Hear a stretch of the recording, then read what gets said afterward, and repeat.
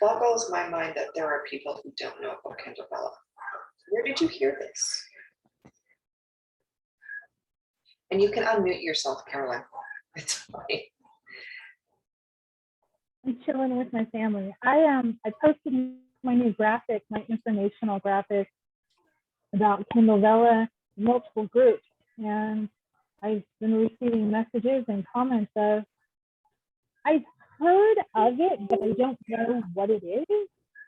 And I never, so they didn't know that it was about cereals or what's really on it. They didn't know what cereals were or how to use it or how to get the free tokens or that the first 3 episodes for free. They didn't know anything. They had kind of heard about it. They didn't know about it. Oh, well, we will have to educate them.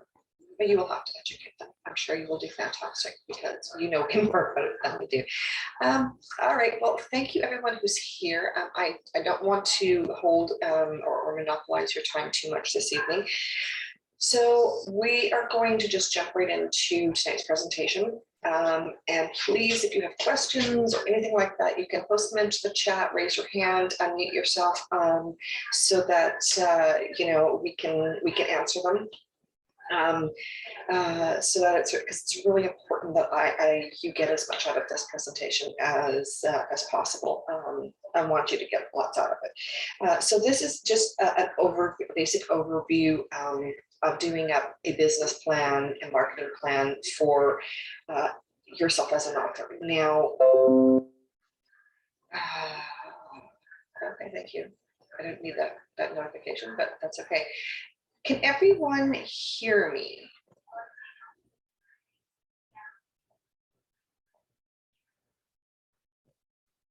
Here's my question. Everyone can hear me. Awesome. Beautiful, beautiful, beautiful.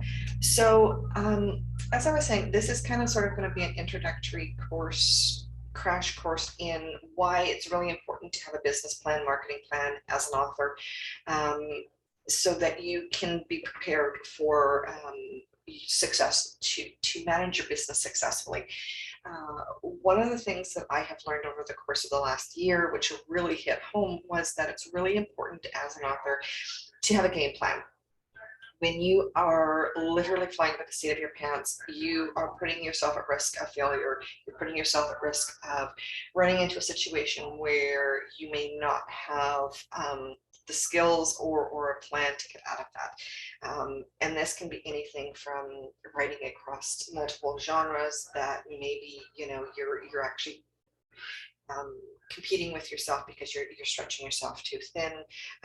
You may wind up crossing the lines with certain genres, not meeting expectations, those sorts of things. So tonight we're just going to talk about business plans. We're going to talk about why it's really important to have one, how to do one up. We're also going to touch base on marketing plans. Now, this marketing plan and business plan, that template that I have shared, is incredibly bare. It is not a document that you are going to take to a bank and get a loan with. It's just not. This is for you to plan your goals and your plan and that sort of thing over the coming year. Typically, a business plan can be anywhere from 18 to as high as 60 pages, because there's a lot that goes into these.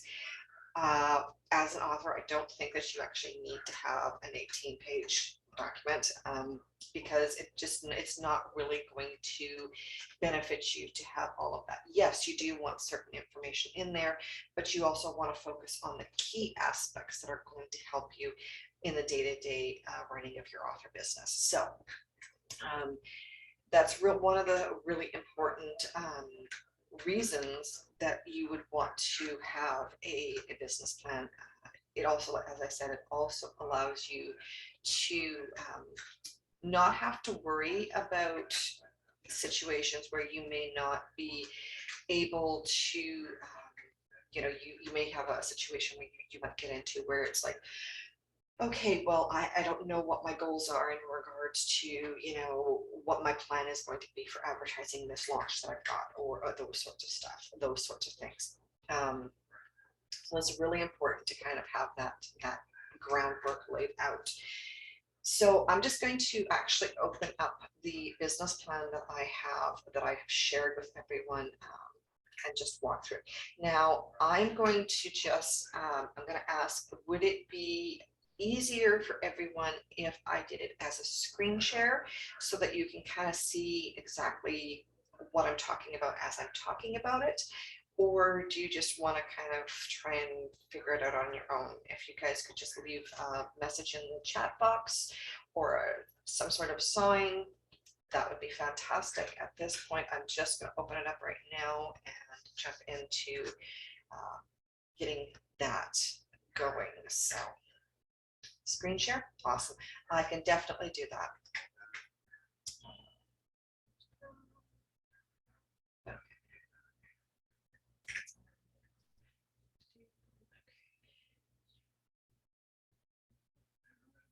So as I was saying, this is just starting the screen share. This is a, yes, Carolyn, I see you're up there.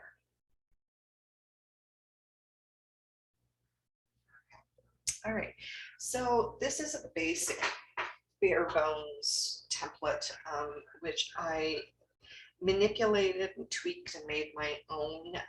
It's based off of a presentation Alessandra Tori did earlier this year on goals and marketing plans, business plans.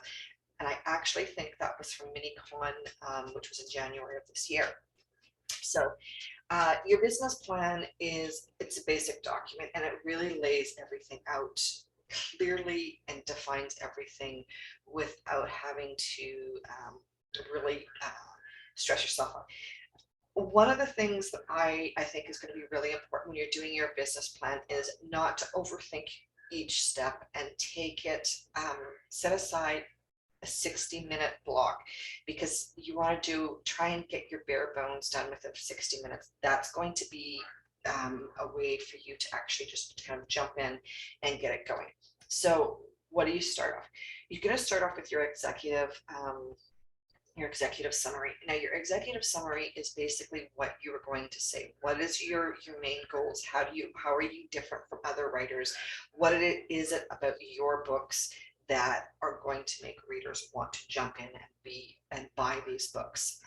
And that's where you want to put that. You want to put that in your executive summary, because your executive summary is the generalized idea of what your business is, your author brand is going to be, and how it differs from others.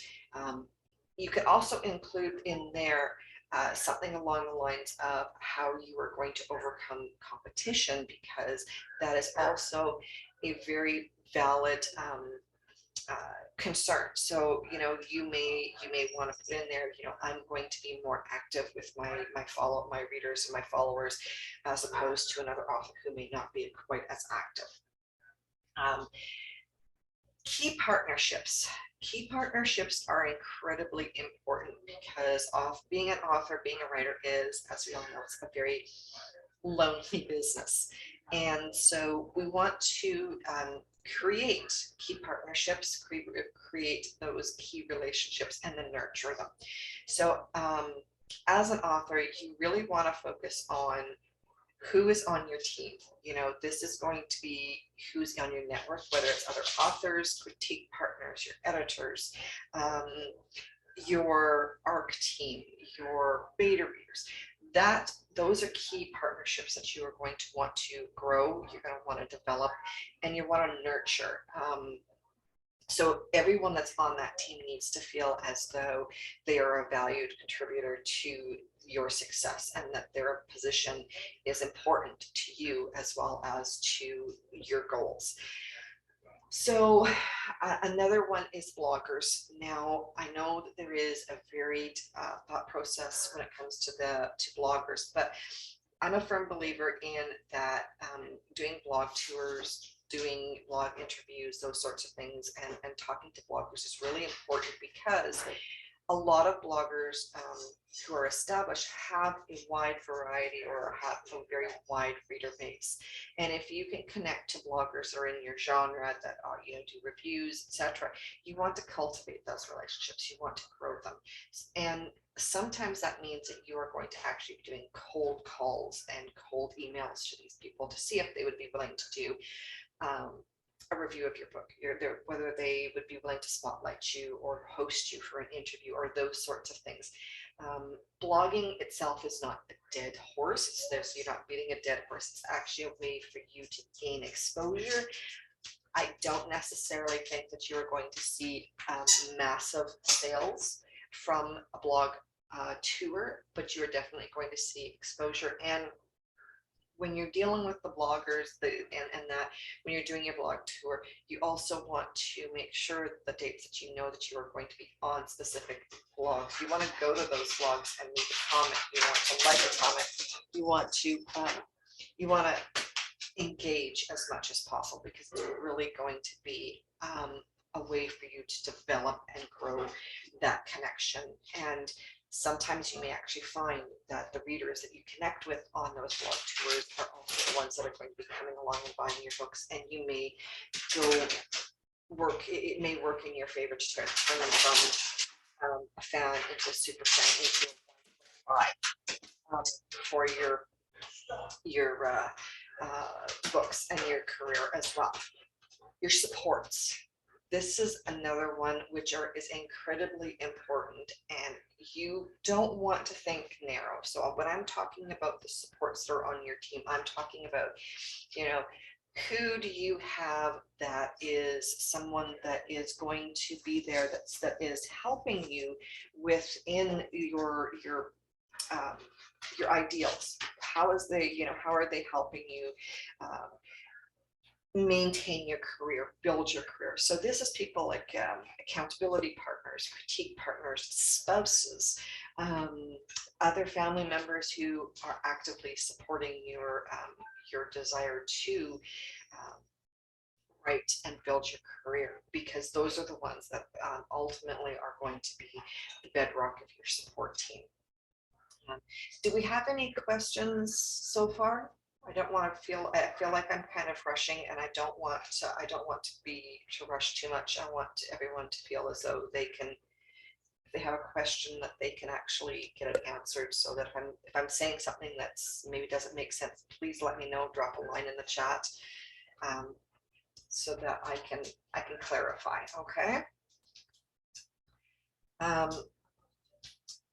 So when it comes time, hello there, good start. When it comes time to looking at your key activities, you want to go based on the 80-20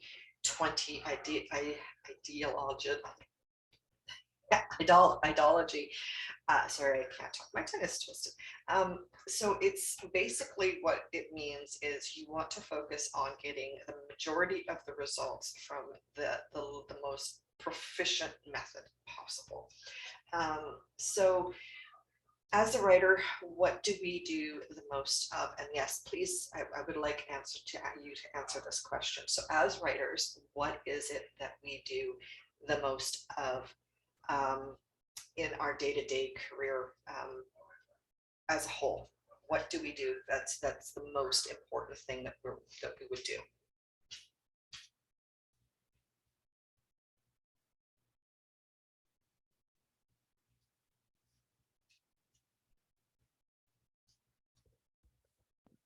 So, just not. I'm wondering are you guys hearing me? I just feel like I'm not. Oh, yes, Katie, that's right. Yes, so writing, exactly. Writing is what we should be doing 80% of the time. The marketing, the promotion, all of those things. Oh, awesome. Thank you, Caroline. I was a little bit worried because I was looking at the screen. I'm like, can they hear me? So yes, your writing is what you're going to do 80% of the time. The other 20% of the time is where you're going to fit in the other things that you need to do to build your career, build your brand, and build your base of your business. It's really important when you're looking at it that when you're looking at your author career, that you really focus on the idea that what you're looking at, what you're doing is you are building a business. You are not writing as a hobby. It is not a game. It is not something that you are doing just because you feel that, you know, it's kind of something you just, you know, you want to look at it and focus it on it as a business, because that is exactly what it is.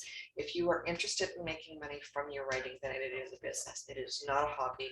And that's one of the main mental blocks that I think a lot of authors kind of have to overcome, because they're like, well, I'm not really making any money.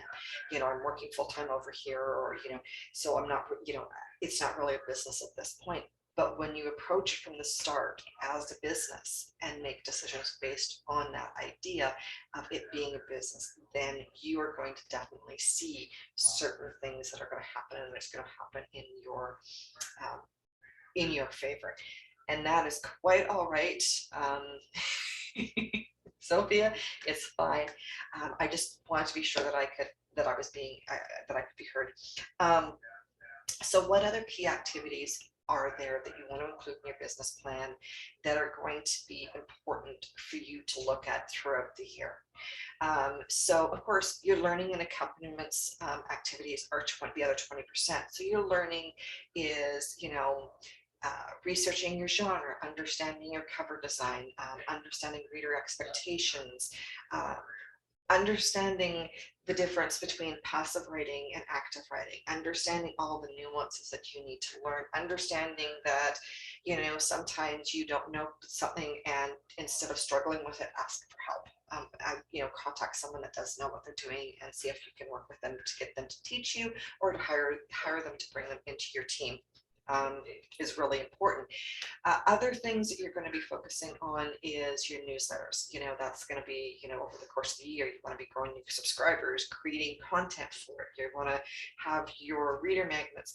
I am from the school of thought that creating multiple reader magnets is a good idea, because over time, you know, the reality is that people that sign up for newsletters, they may get a free book and they may never read it. But it's always a good idea to kind of change it out every once in a while, offer your current subscribers a free read for their support, because that's, you know, you want to give back to them as much as you possibly can. You want to manage the lists, you want to automate and delegate as much as you possibly can. So, and these are details that you want to include in that plan, because when you do include those details in the plan, it actually breaks it down into more manageable and less overwhelming steps for you. So you also want to be doing your networking. Networking can be as simple as reaching out to bookstagrammers, possible critique partners, support groups, those sorts of things. You also want to do your promotion and your ads. You want to learn as much as you possibly can. If you're not familiar with Facebook ads or BookBub ads or Amazon ads, taking the challenges, finding out what you can, learning the ins and outs of them is really super important, because the more you know, the better it is going to be, because it's actually going to help you really bring your promotional plans into place and really focus them, so that you're not throwing things at the wall and expecting something or hoping something is going to stick. You're actually, you know, you're launching a fine-tuned missile of, okay, I need to promote to this group of readers. This is what I need to do. This is how I need to reach them, and I can go from there. So it's really, really important. Another thing that you really want to focus on, and you really want to do, and I know this sounds really odd, is read. You want to be reading the books that are in your genre. You want to be reading your competitors. We just got someone coming in here, sorry. So you want to be reading as much as you possibly can, not only books, but you also want to be reading their reviews, and you also want to be reviewing and reading their blurbs, their posts, etc. Because you may have an author who is doing who is a little bit more successful than you are, and you can actually reverse engineer success by dissecting other authors' success and really learning what they're doing and how they're doing it, and kind of fine tuning it to suit you and to fit the needs that you have. Does that make sense at all? Hi, Bobby. So nice to see you. Awesome. So now this particular document is, it's yours to download. Please download it, fill it in, take your time. If you feel like it's overwhelming and you want to take and have questions, whatever, please reach out. I'm happy to help you and look over and discuss as well. Yes, I love the way that you look at it when you're looking at it as reverse engineering success, as opposed to the other ways that you could possibly look at it, because you're not really stealing from someone else. You're just stating with that their success has been built.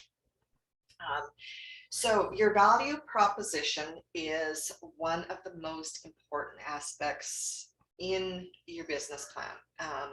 Your business plan as a whole is incredibly important, but your value proposition is really going to break down and give you an idea of what your value that you're offering your readers is. This is a way of finding out how well you're meeting those expectations, and how you are going to, and if you aren't meeting them, how you are actually going to engage with readers to make them think that you are going to meet those expectations as well. So it could be anything. A couple of examples could be something like, my books are unique, interesting, well-written, and visually appealing. I give my readers ample opportunities and reminders. They're getting more value for what they're spending. So for example, say Carolyn, I'm going to throw you under the bus. Say Carolyn and I are, we're competitors in the same genre. So Carolyn's got a book and she's got it, set at $3.99, and my book is set at $5.99.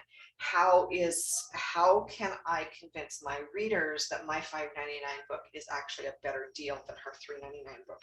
What is the way that I can convince them and show them and sell them that experience, so that they're going to say, hey, $5.99, nothing to it, I'm buying that book, because that's what you're doing. And knowing what your readers want.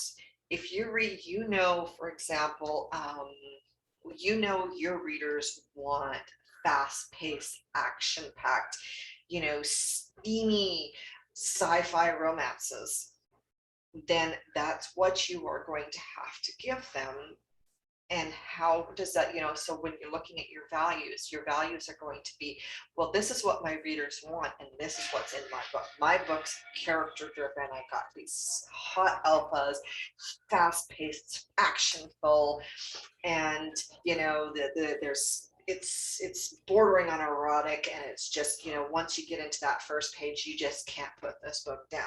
So that's another example of your value proposition as well. Do we have any questions on that just yet? Feel free to ask. I don't want you to feel overwhelmed by any means. If you have a question, please let me know. I'm happy to answer it, stop and go back if I need to. Not a problem at all. Okay, so we come to reader relationships. And reader relationships are a key aspect of your value proposition. They work together. Because your value propositions is basically, it's a tool that you are going to use to build those reader relationships. So they go hand in hand, and you want to make sure that they are going to work together. So Some questions to ask yourself when you are looking at doing your business plan is, how are you going to find new customers? How are you going to find new readers? Is it going to be ads? Is it going to be publicized sales? Packaging and reviews? Is it going to be joint promos? Is it going to be paid and free stacked promos? Is it going to be something else? And when it comes to this section, I'm a firm believer in, you want to list as much as you think you would need to do. You're not going to do all of that, but you know what? If you have a list in front of you, then you can prioritize and figure out what the top 3 things are. Your business plan is a fluid document. It is going to change, and it's going to change frequently. So you may reach a goal and you may need to create another goal to place the one that you've already completed. So it's really important to understand that the more you put into it, even at a first glance, even in a rough draft, it does help you, because it's going to give you a groundwork, if you do meet that first goal and then you find yourself in a situation where you have to, you're sitting there going, okay, well, I've reached this mark. Now what do I do? This will give you a roadmap to what the next step is going to be. So the next one would be nurturing your existing customers. How are you going to nurture them? What are you going to do to create or to continue to build on the relationship that you are building with them through the experience that you're selling in your books?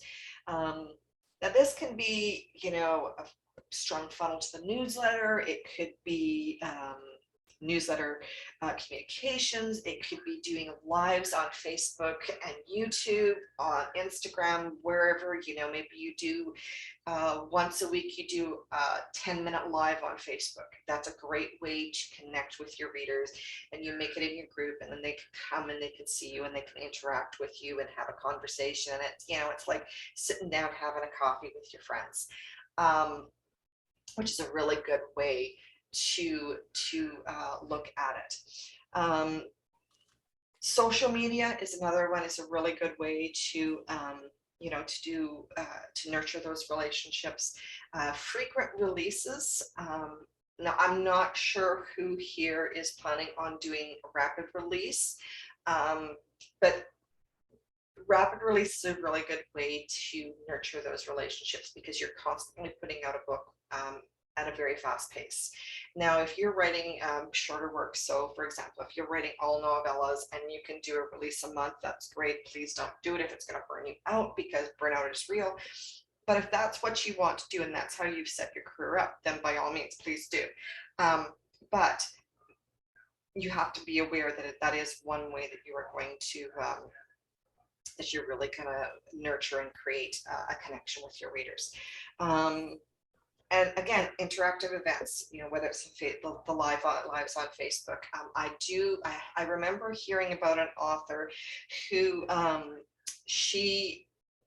think periodically she would do this. And basically what she would do is she would send out a call through a newsletter on social media and everything for her fans to get a hold of her. And what she would do is she would randomly pick 1 or 2, and she would meet them at a location, and she'd take them for dinner, and they would go in, they'd have dinner and they'd chat and they'd have a blast, and and it was a great way to connect with her readers on a one-on-one basis, or a 1-on-2 basis, or 3 or 4, however many people she had. I don't think she ever went over 4 people. But that was something for her. And I mean, that's a great idea if you can afford it. If you can't, then maybe a Zoom call, hey, I'm doing Zooms, sign up for my Zoom calls, and I'm going to give you a call. We can, and I'm going to give you my undivided attention for 30 minutes. We're going to have a one-on-one 30-minute conversation. It's going to be fabulous. And that's a great way to nurture those existing customers as well. And the thing is when you're nurturing them, you've got to also remember the word of mouth they are going to give is going to come back and is actually going to work for you, because it's going to create new customers, because the new people, the new customers, new readers that are coming in that have talked to these existing ones, they want to be part of that experience as well. Communication is is huge with readers. They love to have communication. They love to interact with authors. They want to feel that they're part of the process. So, coming at it through, how were you going to communicate with them? There are a lot of different ways that you can do this. Your website, your books are your first line of communication. I'm going to say that in big bold letters here. The books themselves are your first line of communication with your readers and your potential readers. Then, of course, your website, your blog, and online events, doing takeovers, your live video feeds, all of those sorts of things are different ways to communicate. Your newsletter is incredibly important if you are doing a newsletter, and not everyone does them. You do not have to do it. Try it. If it doesn't work for you, if it's not something that you find that you can do, great, then move on to the next thing. But try it first, because newsletters are a great way to interact with your potential readers and the readers that sign up. Now, you're going to have people that are going to sign up, and then they're going to take their free book and they're going to run, and that's fine. They're not really your fans anyways. Don't take it personally. An email, have an author email that fans can actually use, that they can actually reach out to you and get a response. Make sure that you are responding to those emails. If you get them, respond. There are authors that I know that do, they send out a postcard or a birthday card when they know that, like, if they're fans, someone they sign up, they may say, well, hey, I'm sending out birthday cards. When's your birthday? People will say, hey, it's my birthday, and then they'll send out a birthday card, or maybe they'll send out an autographed card or book for the birthday person. So that's a really good way to communicate with your customers, your readers, engage with them, nurture them. And it also helps to build on the new customers, because if you have customers that feel like they're incredibly important and they're appreciated, they're going to talk to their friends, they're going to talk to everybody, and they're going to say, hey, you need to check out Katie Randall. I mean, she's awesome. You need to check out her books like now, because, oh man, she really loves her readers. And she's there, she's everywhere. You're going to trip all over her, and she's just, yeah, you got to do it. So that's a great way to build on those reader relationships. And oftentimes you'll get a fan that will find you. And by taking those steps, it actually works to build them into super fans and then to one-click buyers. All right, next section, and I apologize, I need to take a quick drink. I am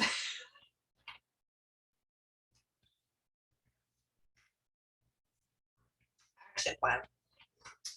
All right, this is where the nitty-gritty comes in, because your action plan is going to actually decide what you are going to do, how you are going to do it throughout the course of the year.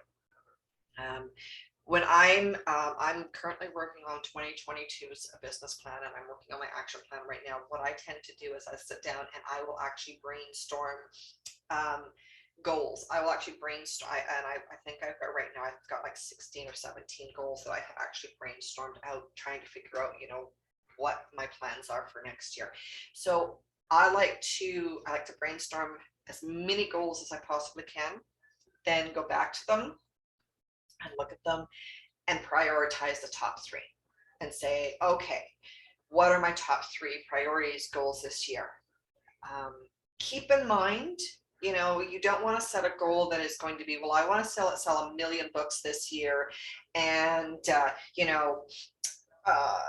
become a 7-figure author. Yes, you can do it, but you want to be sure that you are setting your goals that are attainable, specific, and limit them to 2 to 3, and make sure that as you are setting those goals and engaging with those goals, that you're comfortable with them. Don't set a goal that is so far out there that that you have no chance of getting to that goal, because it's actually going to work against you. I am great one for putting, saying there, I'm going to make 6 figures this year. This is my goal. I want to make 6 figures in the next year. Here's the thing, to get to there, I have to figure out how I'm going to go from the sales I've got now to there. How do I do that? I need those steps. I need those action steps to make sure that I actually understand. And I'm going to do it. I'm going to actually do an example here. So just bear with me. So for example, for those of us who have a backlist of books, a lot of time, and I actually heard this the other day, and it's so wrong. People, there are a lot of people who figure that a book's shelf life is only good for a certain amount of time. So, a very short period of time. I've heard anywhere from 30 to 90 days is the shelf life of a book. It is not. That is so far out of the realm of foolishness that it's not even funny. A shelf life is infinitesimal. It is absolutely forever. I mean, that book's life is there until time ends, in all honesty. You want to focus on making sure that your backlist is a priority in your writing and in your planning and in your action plan as well. It could be a goal, getting more back sales on your backlist. I believe the statistic is that most authors see 80% of their income from their backlist. It could be a little bit higher by now. I think that was early 2021 statistic. But if you look at it that way, if you're looking at it as 80% of your income is coming from your backlists, are you writing and forgetting about that book? No. You are going to be taking it and thinking of it constantly. How can I promote it? How can I keep it fresh in my readers' minds? How can I keep it, how can I get this backlist exposed to new readers? So how would we do that? So how are we going to increase backlist sales? So that could be anything like, you could look at your backlist sales as things like, running promotions, running sales on that particular backlist or that book. Making it free for a certain period of time. So, if you've got another book in the series that are coming out, for example, maybe making book 1 free for, say you've got book 4 on pre-order. Okay, great. They buy they have the pre-order at full price. Now they get book 1 for free while that pre-order is going on. That way it will engage and people will be going, oh, hey, so that's a really good way to do it. You can hire someone to run ads for you if you're not comfortable with running ads on Facebook or Amazon. Then you can always hire someone to do that. BookBub is really good. The only thing is that BookBub's ads are incredibly expensive, in my humble opinion. So if you're not, making $300 a month, I would not suggest, getting a book, trying to get a BookBub ad, because they are expensive. I think they start at like $300 and go up. They are incredibly, incredibly important. If you can get one and you can afford to run one, they are absolutely amazing, because BookBub is absolutely amazing about promoting the books that they have on it with ads. So again, holding sales, you want to widely promote and plan for it. So you want to lay out a game plan of, okay, well, I've got all these books. I'm going to do a massive sale. I'm going to discount all of my backlist 50%. Okay, great. That's a great goal. How are you going to do it? What is your promotional plan? How long is that sale going to be? Are you going to have all of them on sale while you've got a pre-order for the new book and have that pre-order full price? Is that something that you want to do? So you kind of have to play around with that. Always keeping your back matter up to date.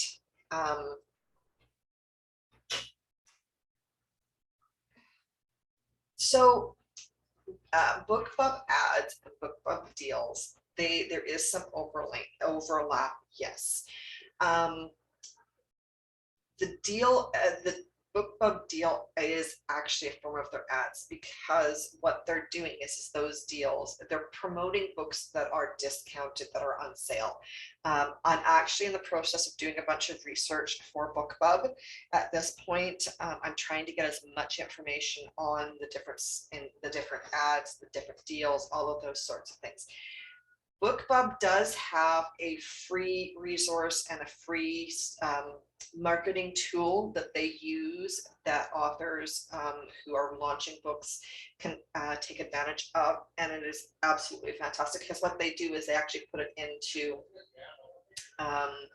they put it into their newsletter, and they blast it out to 10,000 people in that genre. So if you've got a newsletter with that is specific to like if you have a book that is a contemporary romance, and you can get the new release freebie from BookBub, your contemporary romance is going to go out along with others into 10,000 potential readers of that genre. So I will have more information about BookBub ads, deals, and those sorts of things, Katie, in the new year. Like I said, I'm putting together something, a roundtable specifically on BookBub, because I want to know as much about it as I possibly can, so I can guide others.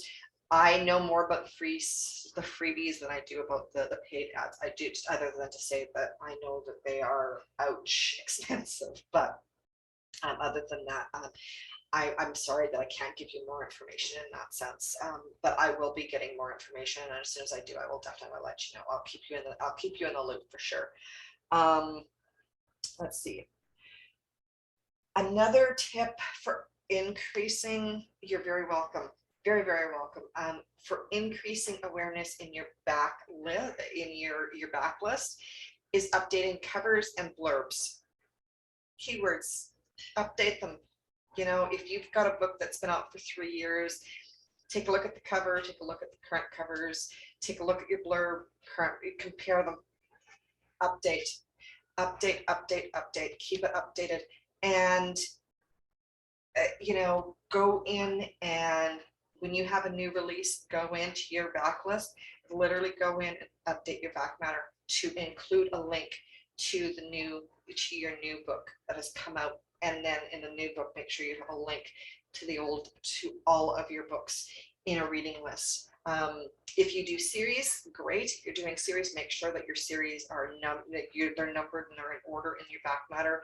If you do standalones, again, make sure that they are in the book, in the back matter. You can Kindlepreneur has an awesome tool right now where you can actually include in your back matter for your ebooks. You can actually include QR code that will take the reader directly to the book page, the Amazon page, or your Kobo page, or your Barnes and Noble page, or wherever it is that you wish for, you want to kind of guide people to go to purchase the book. And it's very easy to use, very easy to include it to the back matter. And include, you can always include your blurb, include a review or two. If you've got a couple of reviews, say 5-star reviews, 4-star reviews, throw them in the back matter. It's not going to hurt anything, other than making the book a little longer. And if you do it right, it's not going to matter, because people are going to want to know as much about you and about your books as is possible. So you want to consistently promote your backlist titles per month. And by consistently promoting them, I don't mean if you have 25 books, promote all of them every month. No, pick 1 or 2 or 3 every month. And then you're going to, once you have picked those 3 books, then you're going to kind of go, okay, well, this is my plan. These are the 3 books that I am going to promote this month for my backlist, and then hit those 3 books hard with ads, with posts on Facebook, on Instagram, on TikTok, whatever platforms that you are using. Post snippets and teasers, and sexy graphics if it's a romance, or suspenseful ones, or whatever the book is. Match your teaser ads that you're going to use in posts to the words and that sort of thing. And it actually does work very, very well to draw in potential readers as well, to make sure that you're engaging and promoting that backlist. Because again, you know, even if it is slightly updated at 80% of your income, your backlist is an evergreen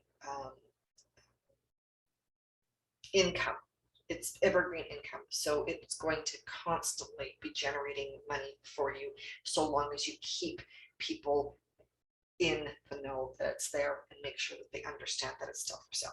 And you know, when I say you can adjust things, you can adjust things, you can adjust everything. I mean, you can even go in and revamp the book, do some revisions, update your cover, your blurb, your price. I mean, you could try upping at $1, try lowering at $1, see what happens. If you're doing it that way, it's fantastic, because it's going to show as a new launch every time you do something with it. If you're doing the new cover, do your cover reveal, all of those things, so that people actually see and get an idea. So the other part of that too is you can actually rewrite, revise, and relaunch a title that maybe is weaker, or one that you're maybe not so in love with, because you feel like your writing has grown way past that point and it's kind of embarrassing for you. There's nothing wrong with reviewing and relaunching it. There's absolutely nothing wrong with that. It actually works very, very, very well, and it will garner you awareness. I'm going to use one of my books as an example. We recently redid the cover and relaunched a book of mine that is historical, and we've found that there has been positive growth with the sales, that there is an increase in sales. The details I don't know, because my publisher hasn't actually sent me my statement just yet, which I should have the end of this month. And as soon as I do, I will, of course, I will share what I have learned and how that has impacted sales. And then, you know, if you do the relaunch and you're revising it, don't do a soft launch. Do a hard launch. You know, do the bells and the whistles and the takeovers. And you want to make sure as many people know as possible that you're relaunching that book. And it really does help. It really gives you a huge step up.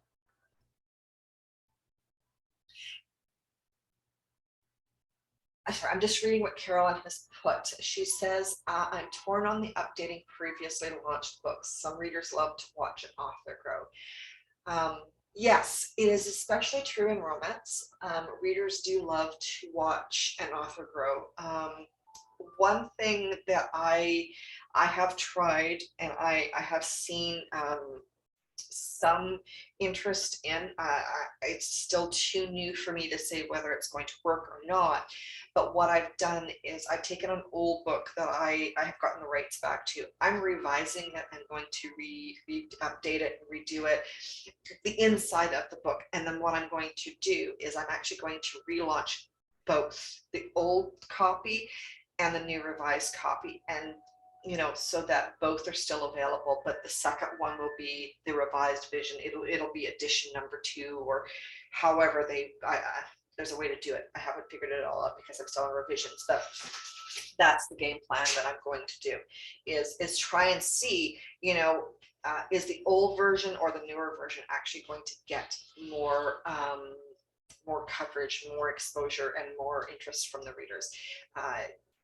Is it going to, I mean, it's not going to hurt anything if I do, and if the new one doesn't get as much as the older one, that's fine. But it just will give me some information in regards to updating.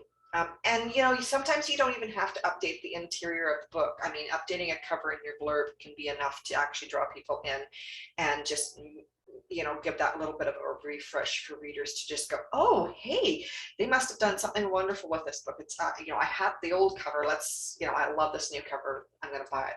So it can be whatever you want to do. However you want to do it. and play around with it, try it out. You know, the worst that can happen is you find that something doesn't work, and then you need to go back and fix it up, or go back and remove or change things around so that it kind of, you know, so you can go back. But to do that, what I would strongly suggest is never, ever, ever actually take the old book, you know, and make your changes to the old copy, the established copy that's been out. Create a new file, do your revisions in the new file, and then that way, if there is something that, you know, if the new file doesn't do as well as the old one, you still have the old one in pristine condition to go back to. That's a good point. That's a very good point, Carolyn. Thank you. All right, so product list. Product list is your list of all of your books, every single one. And when and you are going to divide them by genre. You are going to figure out what the title is. You know, you're going to basically, what you're going to do is you're going to give a detailed, this is my book, this is my target market. Look for similar books, similar authors, see what they're doing, watch what they're doing, emulate it, be inspired by it. You don't necessarily have to copy them out and out. As a matter of fact, I really don't think that that works, because what works for one author may not work for another, even in the same genre. But you definitely want to keep an eye on those who are similar to you, who have the same books, like similar books, similar styles, and those see what those authors are doing and see what their successes are. And you can also see what their failures are, because that's the other thing too, is an author may launch something, may do something, and it flop big time. So if you're studying that, you can go, well, you know, maybe if I do this, it won't have the same result. So, you know, again, that's that reverse engineering of success. See what works for them, see what doesn't work for them, and you know, with that, you could actually try what doesn't work for them and see if it works for you. Because again, what works for you may not work for them. What works for them may not work for you. And so keeping that in mind when you're looking at it is really, really good. You want to, once you have your book title down, your target market, your similar books, authors, you want to, and you want to look at your marketing strategies. What is your marketing plan? What strategies are you going to use to get your book in front of your readers or their readers, and see if you can kind of get them to buy your book as well?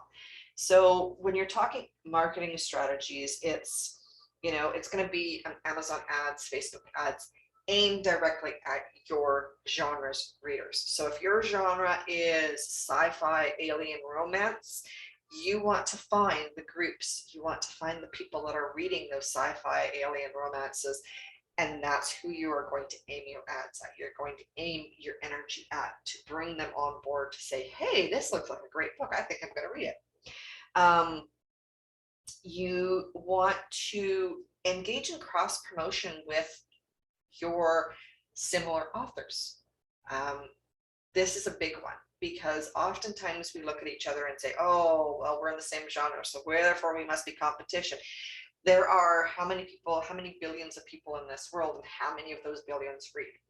There is no such thing as competition in this industry. It is simply finding readers, taking them from unknown author to them, to fan, to super fan, to, oh my God, they have a book coming out, I am buying that. I'm going to sit here at my desk with my finger on that mouse, and as soon as that book becomes available, I'm grabbing it. Doesn't matter what the book is. And sometimes they may not even read them. That's truth. You know, there are one-click buyers who will buy a book simply to have it on their shelf in their pristine condition, so that they never read it. They just want the author. They love the author so much that they want the book. there's also buyers out there that will buy the print book and put it on the shelf, pristine condition, and buy the ebook. And boom, now you've got literally they bought two different versions of the same book. You're getting two income streams. So it's really, think outside the box a little bit. Focus on your comparables. You do need to have comparables. Don't do like some of us have done and write something that doesn't have a comparable. Because then you're breaking new ground. It's a lot harder to gain traction.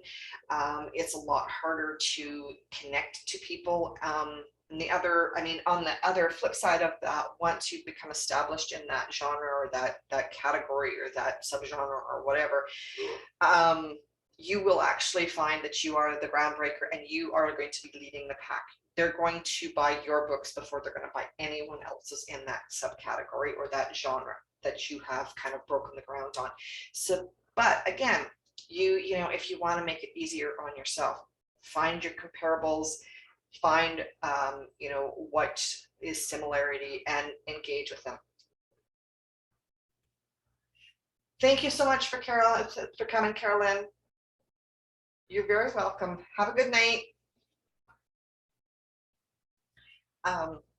So there's that. And then you want to also want to focus on your production schedule. You want to know what your production schedule is going to be, and you're going to map out each release in steps. So it's your writing timeline. Okay, well, I'm writing X book. So how long is it going to take me to write my first draft? How long is it going to take me for my revisions?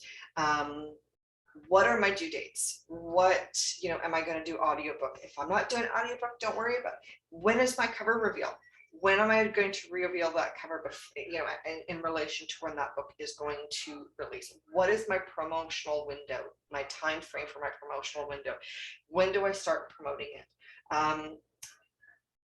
I'm assuming most of us have an author account on Goodreads, and that's fantastic because on Goodreads, you can actually set your book up a year in advance and actually start promoting it as soon as you start writing that book. And that's always a great idea. You want to figure out what your release date is. Okay, great. So now you've got your timeline, you've got your due dates, you've got your cover reveals, you've got everything created. Now you just need to implement it. Creating your promotional schedule is really, really important because, again, if it's your first book, your backlist promo is not going to be, it's not going to be a major issue. You're not going to focus on it because it's really not there. It's something that you can promote. It's not something that you can engage in, but you can still do your new release promo. Things like doing countdowns to release, things like doing giveaways, those sorts of things. Create a calendar, create a spreadsheet, etc., that actually will detail, what your promo plan is going to be. So, are you going to do, are you going to do your cover reveal? You're going to be doing your takeover. You're going to be doing a live reading on Facebook in your group, etc. So you want to do all of that as well. Your backlist promotions, again, if you have a backlist, great. If not, don't worry about it, but your backlist promotions you need to focus on that as well. Sales and freebies. So again, sales, what are you going, are you putting your book up? Are you going to put it up discounted for the first month?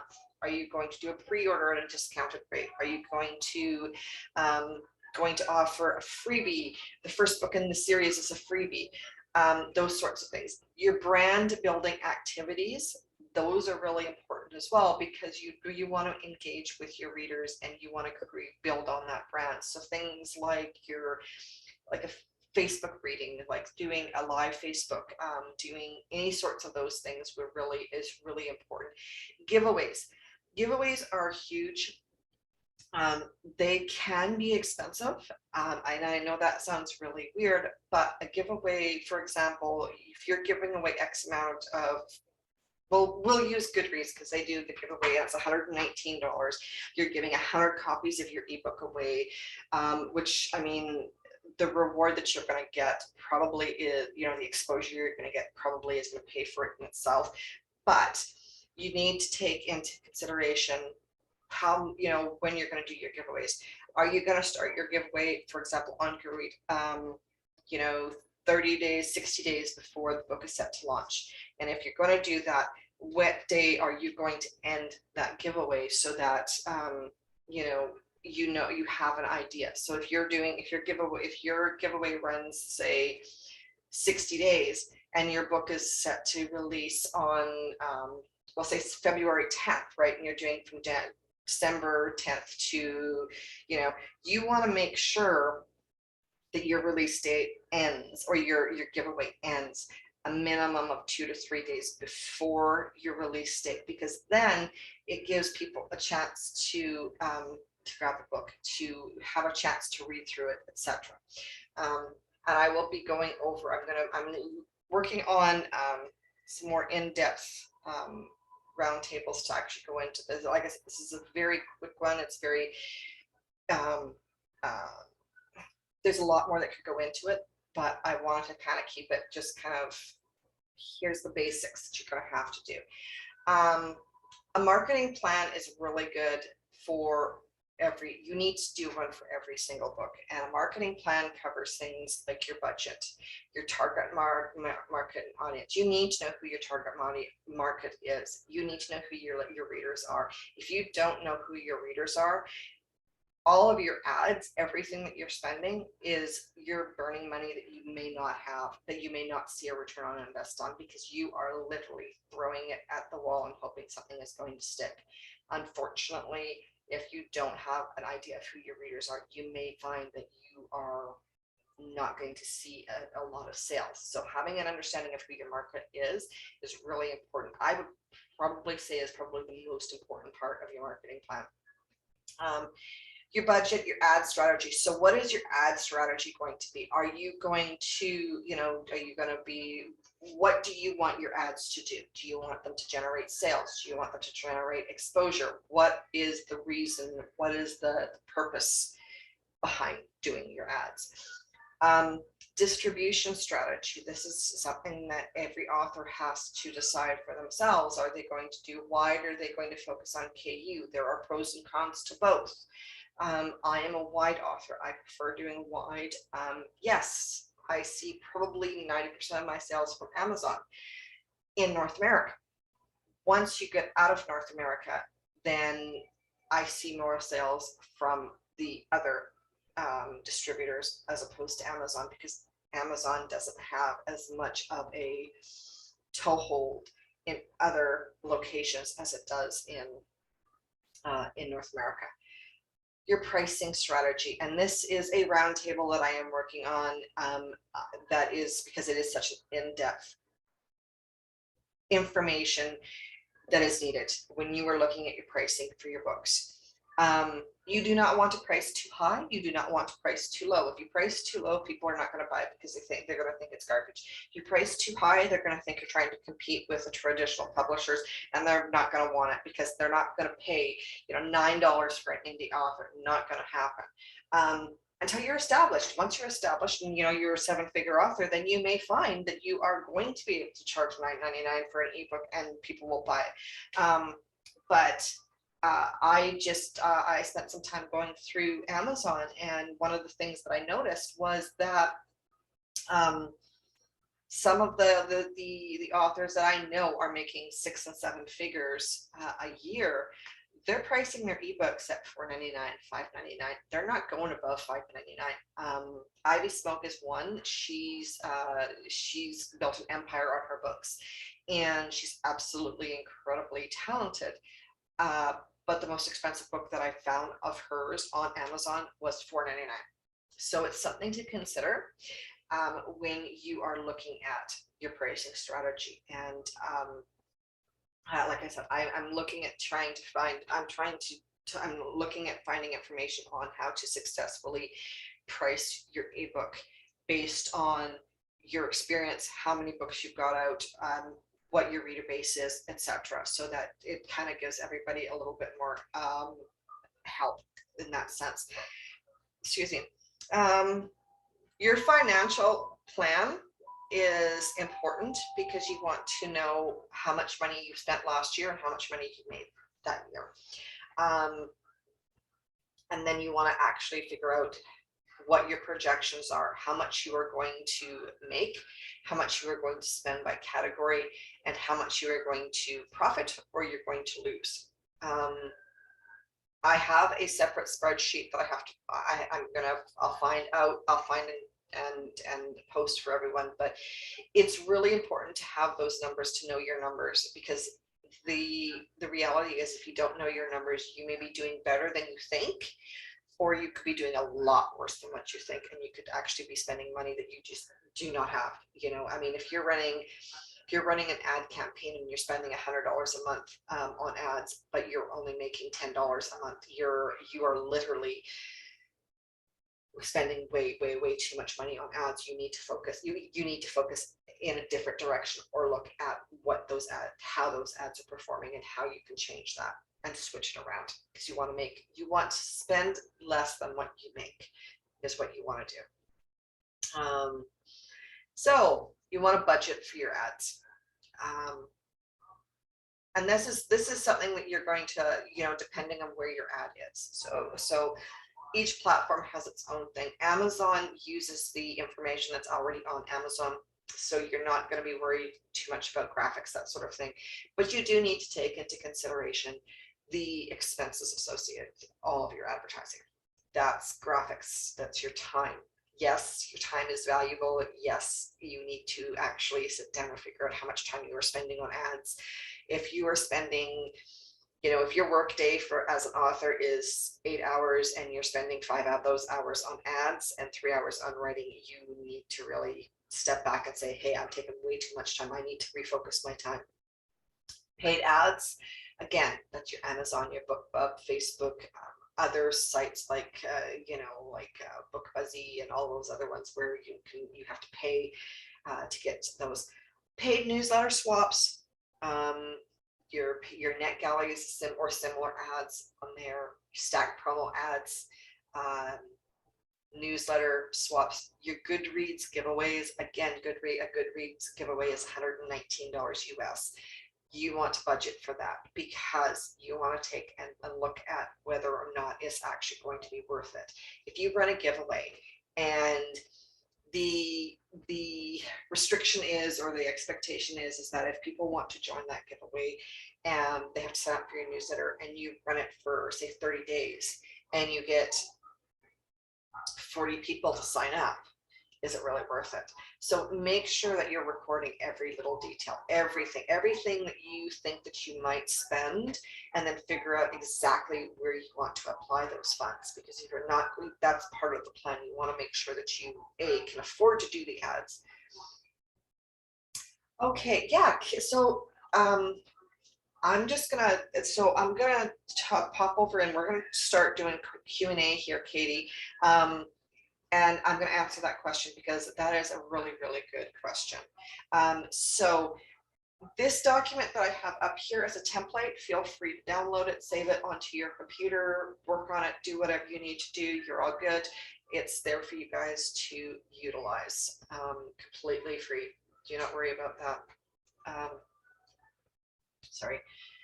So stack promo ads are basically when you take your ads, you do an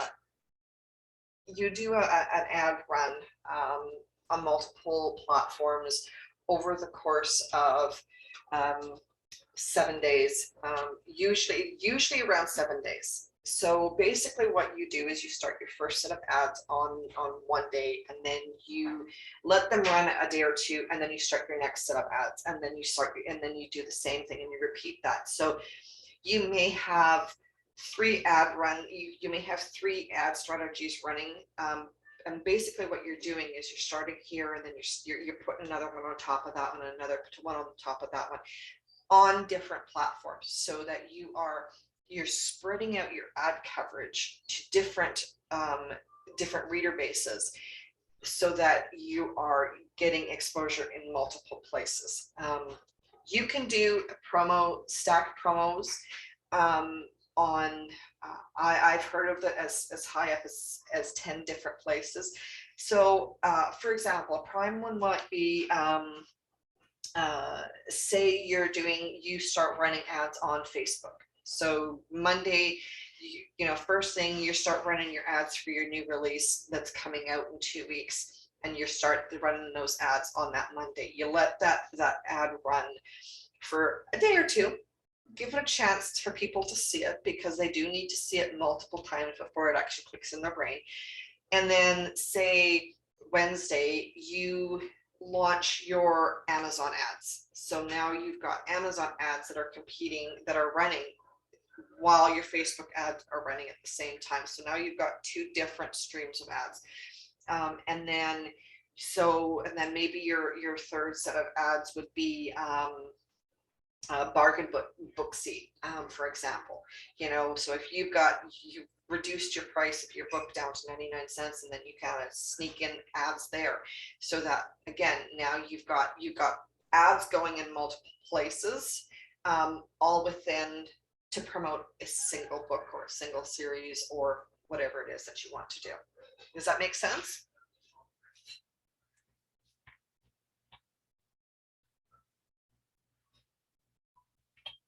You are very welcome.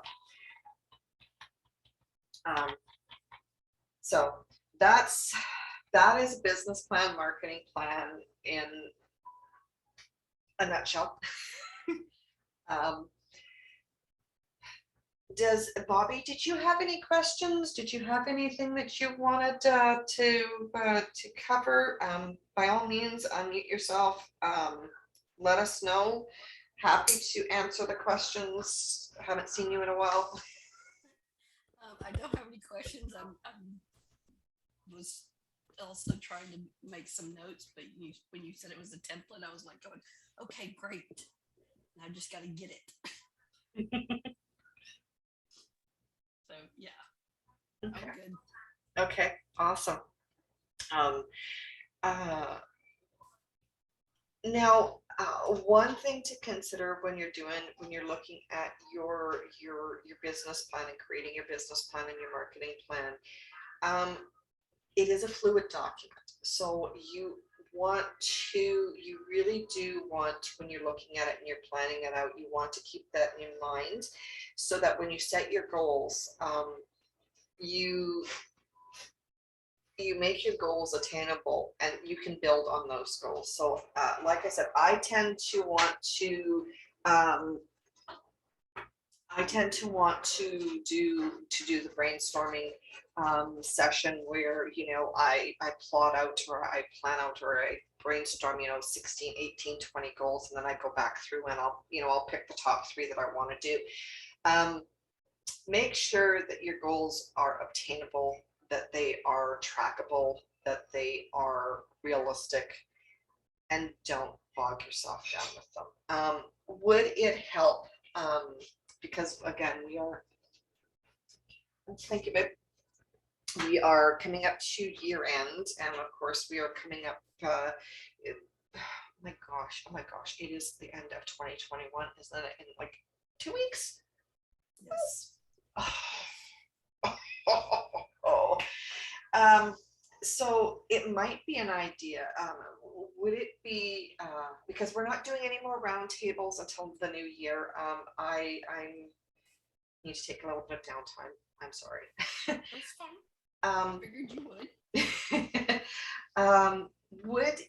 Would anyone be interested in actually sitting down and doing a group, like a round table, where we sit down and we actually go through brainstorming goals and putting together an actual workable business plan, so you guys can kind of get an idea of exactly what's going to go into it, how to figure out where everything needs to go, and all those sorts of things. Would you guys be interested in doing that in the new year?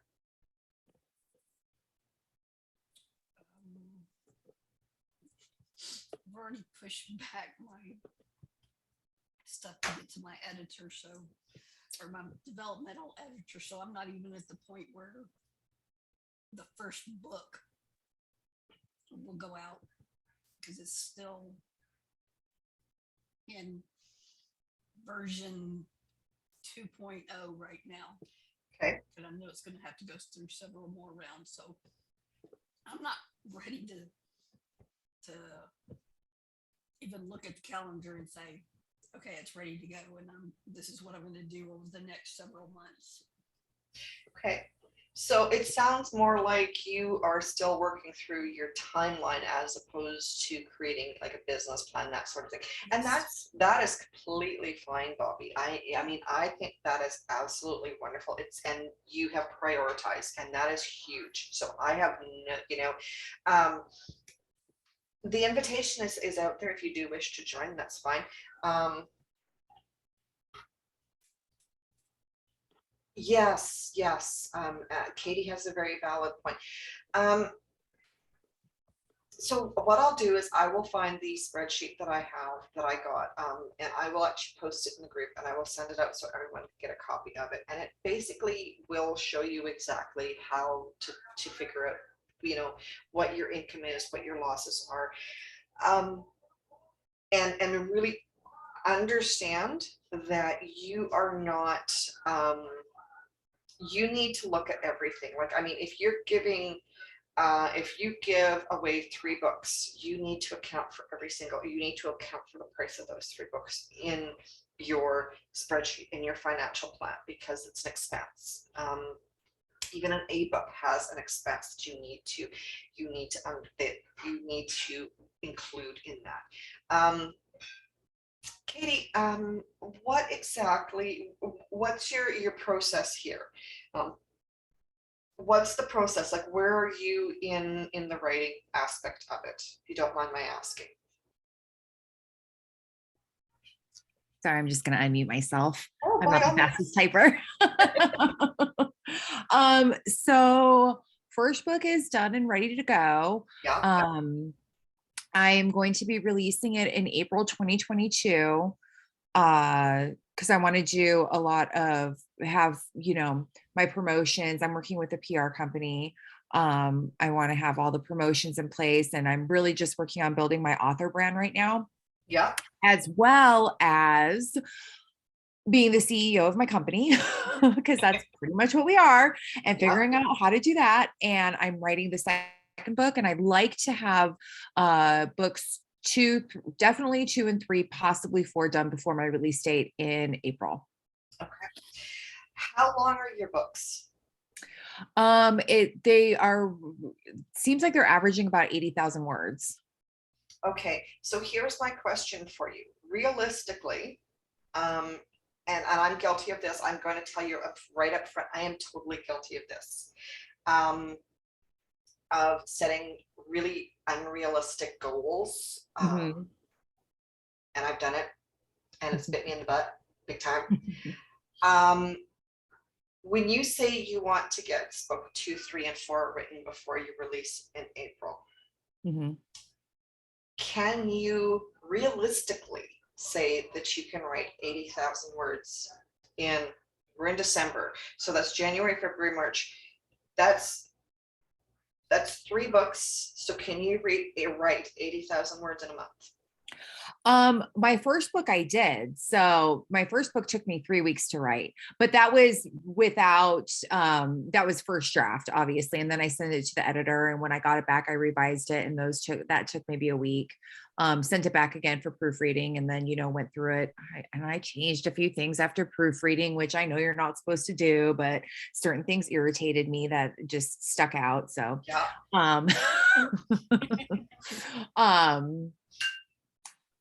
So yeah, I mean, and that's part of, I think, what I'm trying to figure out is, I know how long it's going to, well, no, not true. I know how long it took me to write my first book.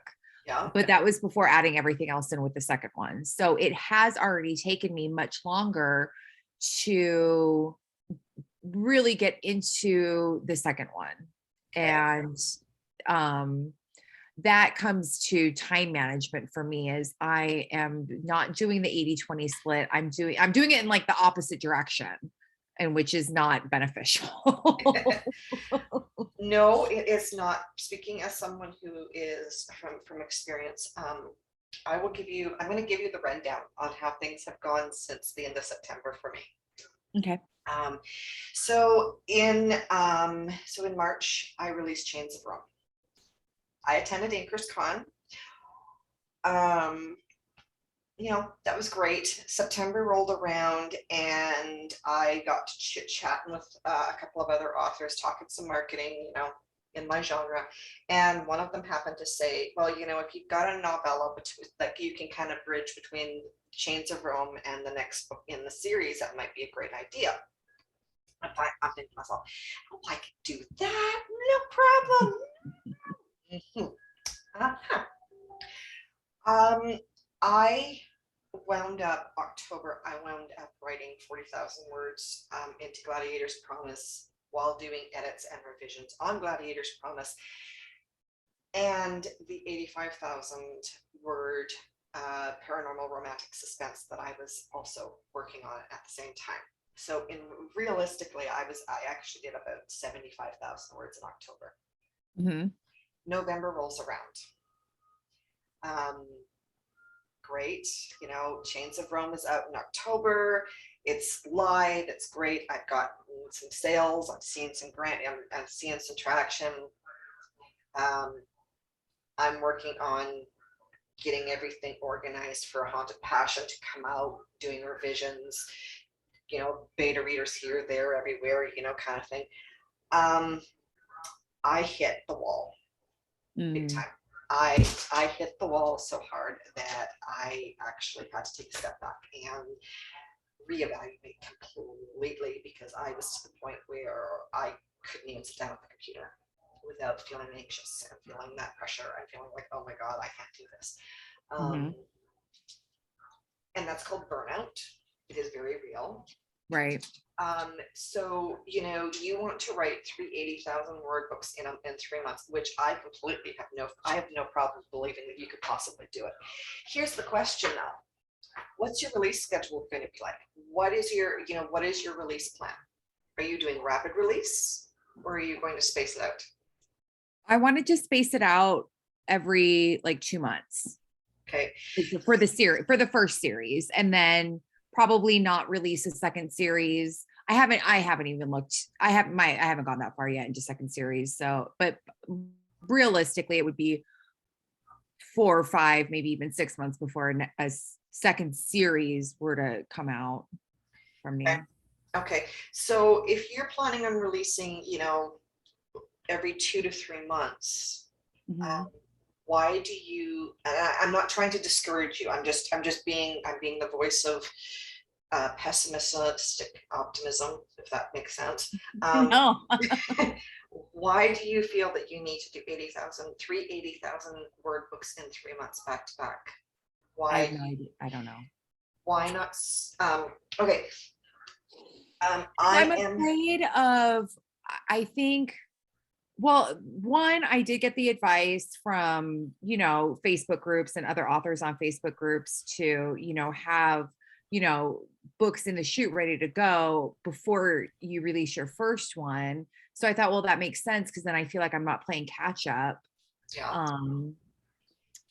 And I mean, because I don't know. I feel like if I don't have too many distractions, I can get that done. But I don't want to burn out, and so I definitely hear you when you say that.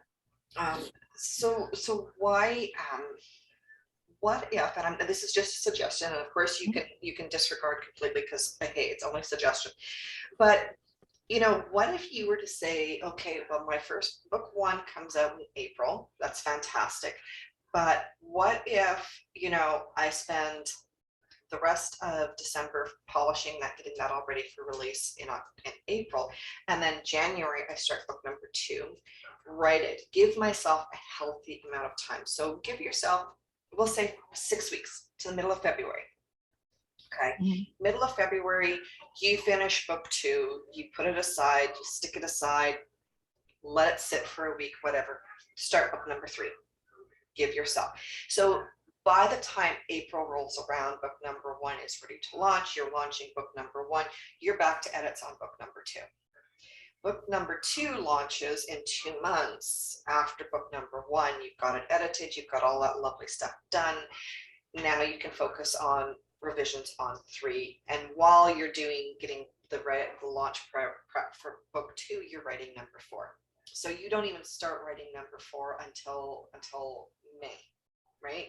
Give yourself that time, because here's the thing: if you are launching a book in April, you are going to be hair straight back, flat out flying, trying to do this. Unless, I mean, and you're working with a PR company, I think you said, which is absolutely fantastic. I have one that I love. I love her dearly. She's absolutely amazing. But there's only so much the work that she can do. So there's still stuff that you're going to have to do, right? There's still stuff that she's going to organize for you, and then you're going to have to meet that commitment. So why not give yourself a realistic time frame? I mean, I don't have any doubt that you couldn't do it. I'm just thinking, if you're not rapid releasing, then give yourself a little bit of breathing room. You know, you could. Now, have you started promoting book number 1? I've just a little bit, say, on Instagram and Facebook, like little teasers and little teaser ads that I make, but I'm not going to do my cover reveal until February. Okay. I would wait on your cover reveal until March if you're releasing in April. I wish I could talk tonight. I would move the cover reveal to March, because if you do the cover reveal too soon, people might forget about it. So if you were to move it to March, like the middle of March or whatever, and then start your so, and I don't know what your time schedule is, and this is just an example. So say March 15th, you start with the whole countdown to the cover reveal. So you give yourself 10 days of countdown activities. Oh, I'm sorry. You know what? February is the countdown to my cover reveal. I'm sorry. I'm like, girl. Sorry. Oh my gosh. I'm sorry. I'm going off of the schedule that the PR company suggested as a new author. That's why I'm going with Kiki over at Next Step. I'm working with Kiki over at Next Step. Yeah. Okay. And that was, you know, as a new author, that was kind of like her new author package. This is what I think new authors should do. And I said, well, since I have 0 experience, I'll go ahead and follow your advice. And that is so, yeah, no, I'm like, you're doing the reveal in February. Oh my God, girl. No. I don't know where my brain went with that. Sorry. No, that's good. That's good. I'm like, no. No, that's good. Do you have the book now? Do you have another book out yet? No, this is my first one. Okay. So do you have a reader account on Goodreads? Yeah. I have an author account on it too, because I put the book on pre-sale without a cover or anything on Apple. So I was able to get an author account on Goodreads too. Beautiful. Do you have an account on BookBub? Yes. Do you have an account with Drafted Digital? No, what's that? Okay, Drafted Digital is a Drafted Digital. No, I don't have an account with them yet. I would suggest, now there is some fluctuation, at different, depending on who you ask, they will tell you different things. I like BookBub for 2 reasons, or Drafted Digital for 2 reasons. One, it allows me to put my books up on Apple without actually having to go and get a GST number, because here in Canada, getting a GST number is, unless you are doing $20,000 a year in sales, is kind of pointless. It really is. But I have to have one if I want to have my books up on Amazon or Apple. Is that exclusive to Canada? Because I don't remember anything about a GST number. That is exclusive to Canada. Oh, okay. Yeah, if you're a Canadian, then you have to have the GST number to deal with Apple. Got it. If you're an American, no, you do not need it. But I like Drafted Digital for that reason, because now I don't have to worry about getting that number until I'm making 6 figures, and then I'll go get the number, and then I'll just deal directly with Apple at that point. But it also gives me the opportunity to get my book in several European markets and in 5 different library purchasing programs. Mhm. And that is huge because guess what? 68% of my sales are not North American. Oh, wow. Yeah, UK That is huge then. and Australia are the two main countries outside of North America that buy my books. Something to consider. I am not trying to tell you you have to do it, but if you are serious about getting exposure, there's two different platforms on Draft to Digital. One is Violi and one is Tervino, I believe it is. One gets you into 17 different locations in Germany, France, etc. The other one opens the door to another, I think it's another 15 or 16. So you are literally being exposed to over 15,000 customers and platforms in Europe with your book through those two alone. They do take a percentage off the top, but I mean, so does Amazon. Honestly, so does Amazon take a percentage off right off the top. I mean, if your book is $2.99, they're taking 30% right off the top for your book, right? So it is something to consider when you are planning how you're going to do. But if you're going to go into KU and you're only doing KU, then you don't need to worry about any of that. Now, I know that you aren't because you've got the pre-sale up already on Apple, but it is something that you do need to be aware of. Bobby, I see you have unmuted yourself. Do you have something you'd like to add? No, it's just good. I was actually typing to tell you I'm gonna have to head out. Okay. No, thank you so much for coming today. I so appreciate it. I have missed you the last couple. I don't even remember what I was doing. Oh well. We will get you back on track in the new year. Yes. All right. Awesome. Have a good one, Bobby. Thanks so much. Bye-bye. Bye-bye. So yeah, I mean, depending on what you want to do, how you want to do it, that would be what I would suggest, to look into, especially if you're going to go wide, which it sounds like you are. Now, I know with Ingram Spark, you do get an opportunity to get into Overdrive, which is fantastic. It is a North American staple for getting into libraries. But again, it's one platform. It's not multiples, and Draft to Digital has 5 different platforms. So it really does. There are some pros, and I mean, there's some good pros. And I've never had an issue with Draft to Digital at all, ever. Doesn't matter whether it was text documents, books that weren't working properly, whatever. I never had an issue. They've always been awesome. So it's something to consider.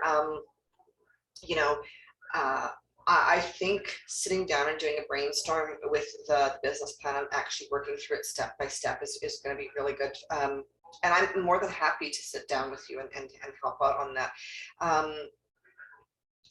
So if you're using a PR company, how much of the marketing are they doing for you, and how much are you going to be doing yourself? Well, right now I'm doing all of it because this is just kind of brand building.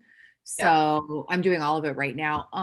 And then, gosh, I would have to go over the paperwork. I think that it seems like Kiki and her team do a significant amount. There's a lot of stuff that I have to submit to them, and then they send it out to their bloggers, the people on their blogging list, and then they'll take care of the ARCs, sending out all the ARCs, and just doing the blog tours. And I'm assuming that that's kind of how it goes, but I was planning on also, trying to reach out, as far as on my author Facebook account, I've kind of connected with a couple authors and, done release parties and stuff. I did one release party that was totally overwhelming. Can you remind me what your genre is again? Contemporary romance. Okay. What's the tropes? I'm sorry? What are your tropes My tropes as far as, as your book? What's, is it friends to lovers? Is it small town romance? Is it single parent romance? Is it, the, I feel like I didn't really go in thinking about tropes. Like when I thought about, what would I consider this? Uh there's a little bit of, I would say, uh gosh, my brain just no, shut down. it's all good. I'm being I'm being very mean to you. I really am. I'm being mean to you because No, you're not at all. I don't think you are. No, I would say it's a little bit of romantic suspense. So there is an element of it's kind of, gosh, why can I not even think about what my book's about right now? Because I'm writing book 2. Yeah. I See. hear you there. Yeah. Um, So yeah, there's, it's what would I call it? I should probably write this stuff down, what exactly the trope would be. I guess billionaire romance would be considered a trope, correct? yes. Okay, so that's an element. Political intrigue, romantic political intrigue, that would be an element. Yeah. Then, you have kind of boy has to save girl from psychotic person, that would be part of it. Not really kind of solving a mystery, but that's not really the main focus. But there's definitely, I hint a lot at there being kind of this other nefarious element, if that makes sense. No, that makes perfect sense. Is it when you're talking about the nefarious, that sort of thing? So are you focusing on so the romance is the main Yes. story plot, right? Yes. So the suspense so yours is a romance, is contemporary romance with a suspense, suspenseful background. Yeah. So you're talking billionaire romance. So I'm going to assume that the stories are not set in like a small town, little, backwater place where everybody knows everybody else's name and everybody knows that the lady down the street raises pink poodles and the man, 2 blocks over that way spends his mornings, grinding his own coffee beans or something like that. Okay, so when you're talking about those, that, so you got billionaire tropes. So I'm going to assume that the hero in the books is not your clean cut boy next door. He's is he more of the and forgive this, but this is the easiest way to explain it, but is he more of an alpha hole as opposed to, the nice guy? No. And that's kind of the spin I put on it, was he was always expected to be the good clean cut because he comes from a political family. So he was always expected to be the good clean cut, and the heroine kind of dirties him up a little bit. Okay. So no, that I love that. I love that. So it's kind of, you've kind of taken the trope and flipped it on its ear. Love that. A little bit, but I mean, I see, this is because she was always the one. So basically it's my main character, my hero. The good guy, he was always the respectable one and everybody needed him and looked up to him, and he's going to continue this political family legacy. Yeah. And she comes in and he sees her, and it's kind of it's an insta lust. And she's looking for that too. She's looking for some freedom, and they find it together, and lots of sex, and then there's a stalker that I threw in there too. And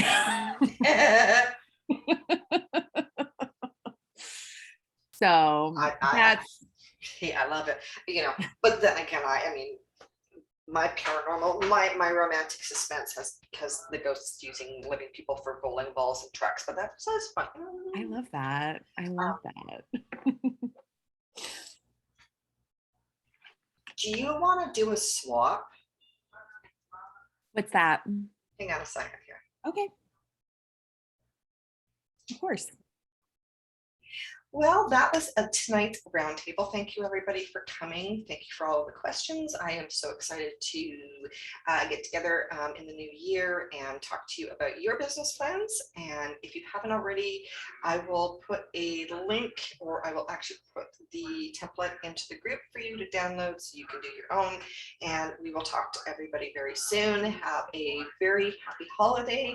Hope it is full of joy and family and friends and happiness and all of the good things. And we will talk to everybody in the new year with new topics and some new roundtables and new guests. So have a great week. Have a great weekend. Have a great holiday. Merry Christmas, Happy New Year, and we will talk to everybody in 2022. Yay!